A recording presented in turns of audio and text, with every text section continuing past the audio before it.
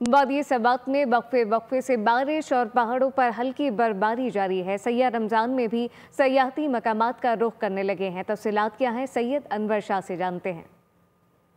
बिल्कुल स्वात में बारिश का सिलसिला जो है वो वक्फी से जारी है। मिंगौरा शहर और मज़ाफ़ाती इलाकों में बारिश का सिलसिला जो है वो शुरू है, जबकि बालाई स्वात के मुख्तलिफ इलाकों में पहाड़ों पर हल्की बर्फबारी का आगाज़ हो गया है, जिसकी वजह से सर्दी की शिद्दत में एक बार फिर इजाफा हुआ है।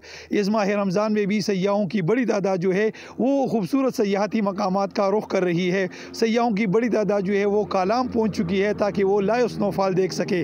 महकमा मौसमियात का कहना है कि बारिश और बर्फबारी का ये सिलसिला आइंदा 24 घंटों तक जारी रहेगा। यहाँ पर मैं ये बताता चलूँ कि चूँकि अफ्तारी के वक्त कालाम के बाज़ार में काफ़ी रश रहता है और बाज़ारों की यहाँ की जो रौनक है वो दोबारा बहाल हो गई है। सयाहों की बड़ी तादाद जो है वो होटलों में आई हुई है और होटलों में काफ़ी रश भी देखा जा रहा है। अनवर शाह, बहुत शुक्रिया।